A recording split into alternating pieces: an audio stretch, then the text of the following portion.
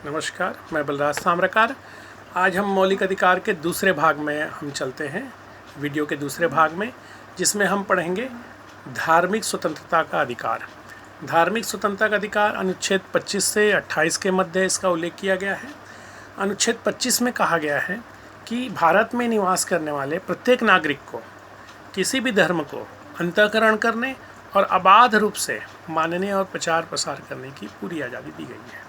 अर्थात भारत में निवास करने वाला कोई भी नागरिक किसी भी धर्म को हृदय से स्वीकार करने और अबाध रूप से बिना किसी बाधा के मानने और प्रचार प्रसार करने की पूरी आज़ादी दी गई है।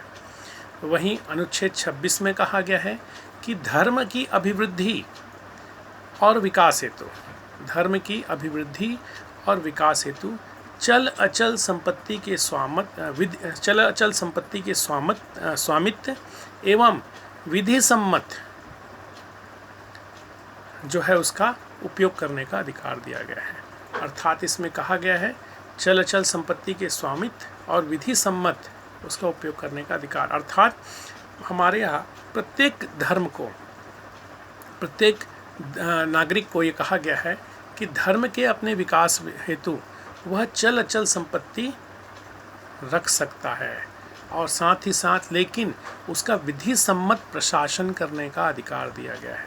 जैसे हमारे यहाँ हम देखते हैं बालाजी मंदिर है, है ना, साईं बाबा है, ये ऐसे मंदिर हैं जिनके पास बहुत चल अचल संपत्ति है, लेकिन वह ये चल अचल संपत्ति रख सकते हैं, लेकिन उनका प्रशासन विधि सम्मत होगा, अर्थात कानून के अनुसार उसका प्रशासन करने का अधिकार दिया गया है।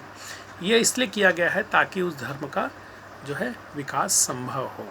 इसके अलावा अनुच्छेद 27 में करों के संदाय के विषय में संरक्षण दिया गया है। अर्थात धर्म की अभिवृद्धि एवं विकास हेतु प्रत्येक नागरिक को लोक व्यवस्था और सदाचार को दृष्टिगत और लोक स्वास्थ्य को दृष्टिगत रखते हुए करों के संदाय के विषय में हमारे यहाँ संरक्षण दिया गया है। अर्थात वह चंदे वगैरह जो है ले सकता है और उसका उपयोग जो है प्रशासन में धर्म की अभिवृद्धि हेतु कर सकता है। अब आते हैं अनुच्छेद 28। अनुच्छेद 28 में कहा गया है कि हमारे यहाँ अनुच्छेद 28 में कहा गया है कि कोई भी ऐसा शिक्षण संस्थान जो पूर्णतः अंशतः भागतः जो है भारत की संचित निधि से या राज्य की संचित निधि से पोषित है, वहाँ धार्मिक शिक्षा नहीं दी जाएगी। अर्थात ये कहा गया है कि सरकारी स्कूलों में और अनुदान प्राप्त स्कूलों में धार्मिक शिक्षा यहाँ पर नहीं दी जाएगी, ये कहा गया है। अब आते हैं हम लोग शिक्षा एवं संस्कृति का अधिकार। शिक्षा एवं संस्कृति का अधिकार जो है यह जो अधिकार है यह अनुच्छेद 29 और 30 में दिया गया है। यह एक तरह से इस अनुच्छेद 29 में कहा गया है कि ऐसा कोई भी व्यक्ति, भारत में निवास करने वाला ऐसा कोई व्यक्ति जिसकी अपनी कोई विशेष भाषा है, लिपि है और संस्कृति है, उसे उसका संरक्षण, संवर्धन एवं प्रचार प्रसार करने की पूरी आज़ादी दी गई है। अर्थात ये जो आर्टिकल है यह अल्पसंख्यकों के हितों के संरक्षण की बात करता है और अल्पसंख्यकों को एक तरह से दिया गया एक विशेष अधिकार है। मैं आपको बताना चाहूँगा कि आज लेकिन ये अल्पसंख्यक शब्द जो है काफ़ी मतलब इसमें, क्योंकि अल्पसंख्यक को विशेष सुविधाएं दी जा रही है, इसलिए अल्पसंख्यक शब्द अभी संविधान समीक्षा पीठ के समक्ष है कि अल्पसंख्यक कौन है। आज इसकी व्याख्या अभी सुप्रीम कोर्ट करने जा रही है। अब आते हैं अनुच्छेद 30। अनुच्छेद 30 में कहा गया है कि हमारे यहाँ भारत में निवास करने वाला कोई व्यक्ति जिसकी विशेष भाषा, लिपि और संस्कृति है, उसके संरक्षण एवं संवर्धन हेतु न्यास के अधीन रहते हुए उसे शिक्षण संस्थान खोलने का अधिकार दिया गया है। अर्थात ट्रस्ट के अधीन रहते हुए शिक्षा संस्थान खोल सकता है ताकि उसकी भाषा, लिपि और संस्कृति जो है उसकी संरक्षण संवर्धन हो सके। लेकिन इसमें एक बात कही गई है कि भारत सरकार जब भी जो है अनुदान देगी तो धर्म के आधार पर इन संस्थाओं में भेदभाव नहीं करेगी। ये जो है अधिकार दिया गया है। अब आते हैं अनुच्छेद 32। अनुच्छेद 32 में है संवैधानिक उपचारों का अधिकार। संवैधानिक उपचारों का अधिकार से तात्पर्य उपरोक्त जो अधिकार आपको दिए गए हैं, उपरोक्त जो अधिकार दिए गए हैं, यदि किसी भारत के नागरिकों को नहीं मिल रहा है या उसका अतिक्रमण हो रहा है या उसकी से छीना जा रहा है, तो उसका उपचार क्या है, इस आर्टिकल में बताया गया है। इस एक आर्टिकल में कहा गया है कि अनुच्छेद 32 के तहत वह यदि किसी व्यक्ति को उपरोक्त जो मौलिक अधिकार प्राप्त नहीं हो रहे हैं, तो वह सुप्रीम कोर्ट में और अनुच्छेद 226 के तहत हाई कोर्ट में अपील कर सकता है, जहां वह जो है अपील कर सकता है, जहां उसे सुनवाई होगी और उसे अधिकार प्रदान किए जाएंगे। चूँकि इसमें उपचार बताया, मौलिक अधिकार न मिलने की स्थिति में उसका उपचार बताए गए हैं, इसलिए स्वयं भीमराव अंबेडकर जी ने इसे संविधान की आत्मा कही है। आपको बता दूं, मौलिक अधिकारों के उल्लंघन होने की दशा में अनुच्छेद 32 के तहत सुप्रीम कोर्ट को और अनुच्छेद 226 के तहत हाई कोर्ट को जो है 5 प्रकार की रिट जारी करने का अधिकार प्राप्त है। ये 5 रिट हैं। पहला है बंदी प्रत्यक्षीकरण, दूसरा है परमादेश, तीसरा है प्रतिषेध, चौथा है उत्प्रेषण और पांचवा है अधिकार परीक्षा। इसमें अर्थात रिट शब्द लैटिन भाषा से बना शब्द है जिसका अर्थ होता है आदेश देना। अब मैं एक एक जो रिट के बारे में आपको बताता हूँ। सबसे पहले आते हैं बंदी प्रत्यक्षीकरण, जिसको इंग्लिश में बोलते हैं इंग्लिश में इसको चलिए बंदी प्रत्यक्षीकरण। बंदी प्रत्यक्षीकरण इसका शाब्दिक अर्थ है, यह लैटिन भाषा से बना शब्द है जिसका शाब्दिक अर्थ होता है सशरीर उपस्थित होना। अर्थात यह रिट निजी और सरकारी दोनों व्यक्तियों के लिए जारी की जा सकती है। अर्थात किसी भी व्यक्ति के खिलाफ ये जारी की जा सकती है, चाहे सरकारी हो चाहे वो निजी हो। इसमें यह रिट तब जारी की जा सकती है जब किसी एक व्यक्ति को किसी अन्य व्यक्ति ने जो है नज़रबंद कर लिया है या गिरफ्तार कर लिया है। तो ऐसी स्थिति में नज़रबंद व्यक्ति किसी भी माध्यम से उच्चतम न्यायालय और उच्च न्यायालय तक यह पहुंचाने में सफल हो जाता है कि मुझे अमुक व्यक्ति ने मुझे नज़रबंद कर लिया है। तब ऐसी स्थिति में सुप्रीम कोर्ट, हाई कोर्ट बंदी प्रत्यक्षीकरण रिट का जो है जारी करती है, और यह जो रिट जारी करती है और उसे कहती है कि जो बंदी बनाए व्यक्ति को सशरीर 24 घंटे के अंदर उपस्थित निकटतम न्यायाधीश के समक्ष करे और वाजिब कारण बताए। कारण सही पाए जाने पर ठीक, अन्यथा जिस बंदी बनाए व्यक्ति को गिरफ्तार किया जाता है और बंदी व्यक्ति को छोड़ दिया जाता है। यह सभी व्यक्तियों पर रिट जारी होती है। अब आते हैं हम लोग परमादेश, अर्थात हम आदेश देते हैं। परमादेश का इंग्लिश में अर्थ है मैंडेमस, हम आदेश देते हैं।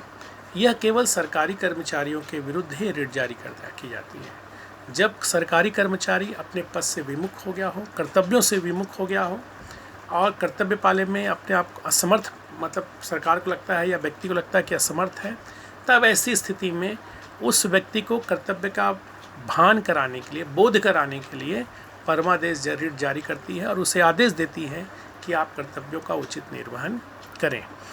तीसरा आते हैं प्रतिषेध अर्थात प्रोहिबिशन, उत्प्रेषण अर्थात सर्टोररी। ये दोनों जो रिट हैं, इसमें दोनों में कुछ समानताएं हैं। दोनों में समानता ये है कि सबसे पहले ये दोनों रिट न्यायिक और अर्धन्यायिक संस्थाओं के विरुद्ध ही जारी की जाती है। दूसरी समानता ये है कि यदि न्यायिक और अर्धन्यायिक जो संस्थाएं हैं अपने अधिकार क्षेत्र से बाहर जाकर काम कर रही हैं, तब जाके की जाती हैं। और तीसरी समानता ये है कि यह अपने अधीनस्थ न्यायालयों और अर्धन्यायिक संस्थाओं को ही ये रिट जो है जारी की जाती है। सबसे पहले हम आते हैं न्यायिक और अर्धन्यायिक संस्था क्या है। न्यायिक अर्थात उच्चतम न्यायालय और उच्च न्यायालय और जिला न्यायालय, और वहीं अर्धन्यायिक संस्थाओं में जैसे राजस्व न्यायालय आते हैं और जैसे चुनाव आयोग हैं, ये सब अर्धन्यायिक संस्थाएं हैं हमारे यहाँ जो न्याय करने का भी काम, जैसे एसडीएम है, कलेक्टर हैं, कलेक्टर का न्यायालय है, ये सब आते हैं इसमें जो न्याय करने का काम करते हैं। अब आते हैं इनमें असमानताएं क्या है, अंतर क्या है। तो सबसे पहले आपको बता दूं, अंतर ये है प्रतिषेध रिट तब जारी की जाती है जब कोई न्यायिक अर्ध न्यायिक संस्था अपने अधिकार क्षेत्र से बाहर जाकर काम कर रही है और इस दौरान कोई व्यक्ति जो है उच्चतम न्यायालय में या उच्च न्यायालय में यह बताता है कि यह संस्था अधिकार क्षेत्र से बाहर जाकर काम कर रही है, तो उसी समय सुप्रीम कोर्ट, हाई कोर्ट उस पर रोक लगा देती है और उस पर निषेध कर देती है, अर्थात रोक लगा देती है। ये प्रतिषेध रिट है।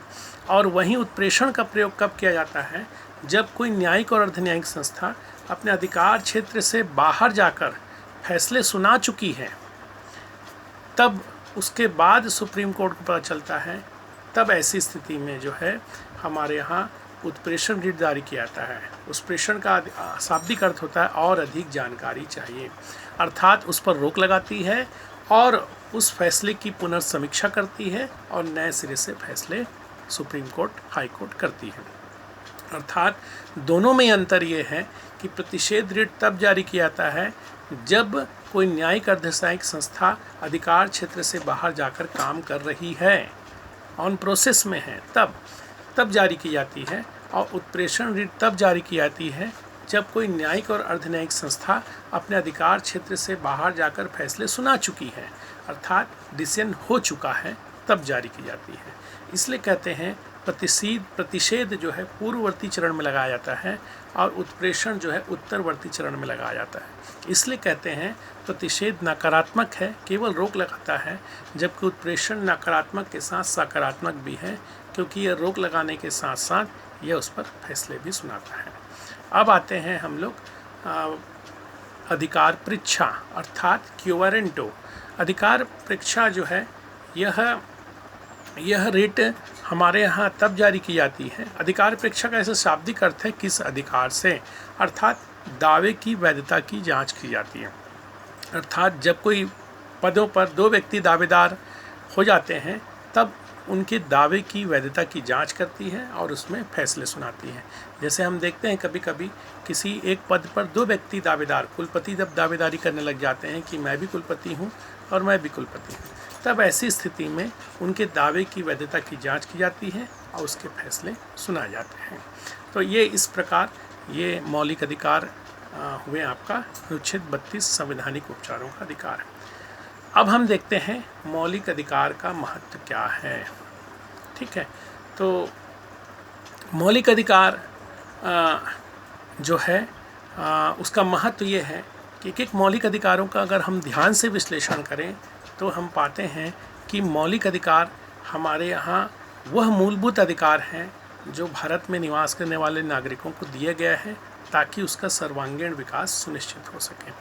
मौलिक अधिकार का अगर हम विश्लेषण करें तो मौलिक अधिकार के माध्यम से कानून की स्थापना, विधि के शासन की स्थापना होती है, अर्थात कानून सर्वोच्च है, कानून से बड़ा कोई नहीं है, अर्थात कानून के शासन की स्थापना होती है और सरकार की तानाशाही प्रवृत्तियों पर जो है रोक लगाती है, अधिनायकवादी प्रवृत्तियों पर रोक लगाती है। दूसरा हम देखें तो इसके माध्यम से हमारे यहाँ बाल श्रम और बंधुआ मजदूरी और छुआछूत और साथ ही साथ मनुष्य की खरीदी बिक्री जैसी कुप्रथाओं पर भी लगाम कसते हैं और साथ ही साथ इसे ऐसे करने वालों को अपराधी हम ठहराते हैं। इसके माध्यम से हमारे यहाँ सामाजिक समानता स्थापित करने और सबको समान अवसर और सम्मानजनक जीवन जीने का अवसर जो है प्रदान करता है। तीसरी बात, मौलिक अधिकार के माध्यम से हमारे यहाँ अल्पसंख्यकों के हितों की सुरक्षा सुनिश्चित होती है। इसके अलावा हमारे यहाँ किसी भी व्यक्ति को एक पंथ निरपेक्ष राष्ट्र की स्थापना होती है, क्योंकि हमारे यहाँ प्रत्येक नागरिक को किसी भी धर्म को मानने और प्रचार प्रसार करने की आज़ादी मिलती है। इसके अलावा हमारे यहाँ मौलिक अधिकार के माध्यम से हमारे यहाँ जो है राजनीतिक अधिकार जो है हमारे यहाँ प्राप्त होते हैं, अर्थात राजनीतिक दलों की गठन का अधिकार मिलता है। साथ ही साथ कहीं भी अपने विचारों को स्वतंत्र रूप से निर्बाध रूप से व्यक्त करने का अधिकार प्राप्त होता है, कहीं भी आने जाने भ्रमण करने का अधिकार है, निरायुध सम्मेलन करने का अधिकार है और संगठन बनाने का अधिकार है। ये जो अधिकार हैं ये कहीं न कहीं हमारे यहाँ राजनीतिक स्वतंत्रता का अधिकार है, जिससे हमारा लोकतंत्र जो है मजबूत होता है। इस मौलिक अधिकार के माध्यम से हमारे यहाँ जो है अगर हम इसका पूरा विश्लेषण करें तो हम पाते हैं कि इसके अंतर्गत उपाधियों का अंत करके एक समतामूलक समाज और एक समानता प्रधारित समाज की स्थापना में भी महत्वपूर्ण भूमिका निभाता है। ये जो मौलिक अधिकार दिए गए हैं यह हमारे हम महिलाओं और बच्चों के विशेष विकास से भी संबंधित हैं और समाज के कमज़ोर वर्गों, विशेषकर अनुसूचित जाति वर्ग, जनजाति वर्ग, अन्य पिछड़ा वर्गों को विशेष सुविधाएं प्रदान कर समाज की मुख्य धारा में उनको शामिल करता है। ये मौलिक अधिकार एक तरह से हम पूरा विश्लेषण करें तो मौलिक अधिकार जो है सामाजिक और राजनीतिक लोकतंत्र की स्थापना में और एक समतामूलक आधारित समाज की स्थापना में और एक लोगों को प्रतिष्ठा और सम्मानजनक जीने का अवसर जो है प्रदान करता है। और ये मौलिक अधिकार सरकार की कानून की शासन स्थापना कर सरकार की तानाशाही प्रवृत्तियों को लगाम कसकर भी एक स्वस्थ लोकतंत्र की स्थापना में इसकी भूमिका काफ़ी महत्वपूर्ण है।